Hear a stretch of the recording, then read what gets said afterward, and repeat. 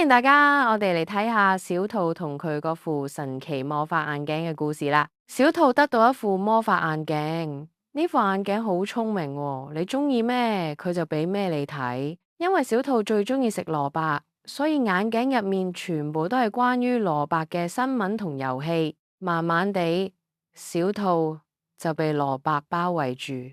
佢以為有一日，好朋友小松鼠同小熊帶咗蘋果同花花嚟，但小兔完全睇唔到。小松鼠覺得好奇怪，於是輕輕拍下小兔，叫佢除低副眼鏡睇清楚。